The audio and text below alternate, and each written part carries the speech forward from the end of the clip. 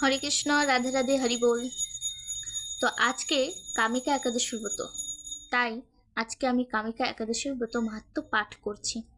কারণ যে ব্যক্তি এই ব্রত মাহাত্ম্য পাঠ করে তার সকল পাপ দূর করে ভগবান শ্রীকৃষ্ণের চরণের প্রেম লাভ হয় এবং এই ব্রতের পূর্ণফল পাওয়া যায়।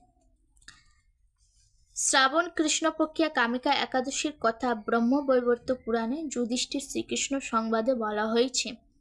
যুধিষ্ঠির মহারাজ শ্রীকৃষ্ণকে বললেন, হে গোবিন্দ, হে বাসুদেব, শ্রাবণ মাসের কৃষ্ণপক্ষের একাদশীর নাম এবং মাহাত্ম্য সবিস্তারে আমার কাছে বর্ণনা করুন। তা শুনতে আমি অত্যন্ত কৌতূহলী। প্রত্যুত্তরে ভক্তবৎসল ভগবান শ্রীকৃষ্ণ বললেন, হে রাজন, পূর্বে দেবর্ষি নারদ প্রজাপতি ব্রহ্মাকে এই প্রশ্ন করলে তিনি যে উত্তর প্রদান করেছিলেন, আমি এখন সেই কথাই বলছি। আপনি মনোযোগ সহকারে তা শ্রবণ করুন। একসময় ব্রহ্মার কাছে ভক্তশ্রেষ্ঠ নারদ জিজ্ঞাসা করলেন, হে ভগবান, শ্রাবণ মাসের কৃষ্ণপক্ষে একাদশীর নাম কি, এর আরাধ্য দেবতা কে, এই ব্রতের বিধি বা কি রকম এবং এই ব্রতের ফলে কি পুণ্য লাভ হয় তা সবিশেষ জানতে ইচ্ছা করি। আপনি কৃপা করে আমাকে তা জানালে আমার জীবন ধন্য হবে।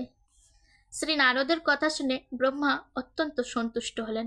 তিনি বললেন, হে বৎস, জগৎজীবের মঙ্গলের জন্য আমি তোমার প্রশ্নের যথাযথ উত্তর দিচ্ছি, তুমি তা শ্রবণ করো। শ্রাবণ মাসের কৃষ্ণপক্ষীয় একাদশী কামিকা নামে জগতে প্রসিদ্ধা। এই একাদশীর মাহাত্ম্য শ্রবণে বাজপেয় যজ্ঞের ফল লাভ হয়। ভগবান শ্রীহরির পূজা অর্চনা অপরিমিত পূর্ণ ফল প্রদান করে। গঙ্গা, গোদাবরী, কাশী, নৈমিষারণ্য, পুষ্কর ইত্যাদি তীর্থ দর্শনের সমস্ত ফল একমাত্র কৃষ্ণ পূজার মাধ্যমে কোটিগুণ লাভ করা যায়। সাগর ও অরণ্য যুক্ত পৃথিবী দানের ফল, দুগ্ধবতী গাভী দানের ফল অনায়াসে এই ব্রত পালনে লাভ হয়। যারা পাপ পুণ্য সাগরে নিমগ্ন, এই ব্রতেই তাদের উদ্ধারের একমাত্র সহজ উপায়। এইরকম পবিত্র পাপনাশক শ্রেষ্ঠ ব্রত আর জগতে নেই। শ্রী হরি স্বয়ং এই মাহাত্ম্য কীর্তন করেছেন। রাত্রি জাগরণ করে যারা এই ব্রত পালন করেন তারা কখনো দুঃখ দুর্দশা হন না।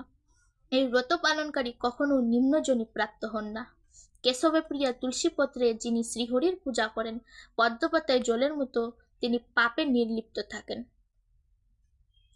তুলসীপত্র দিয়ে বিষ্ণু পূজায় ভগবান যেমন সন্তুষ্ট হন, মণি মুক্তাদি মূল্যবান রত্ন মাধ্যমে তেমন প্রীতি হন না। যিনি কেশবকে তুলসী মঞ্জুরি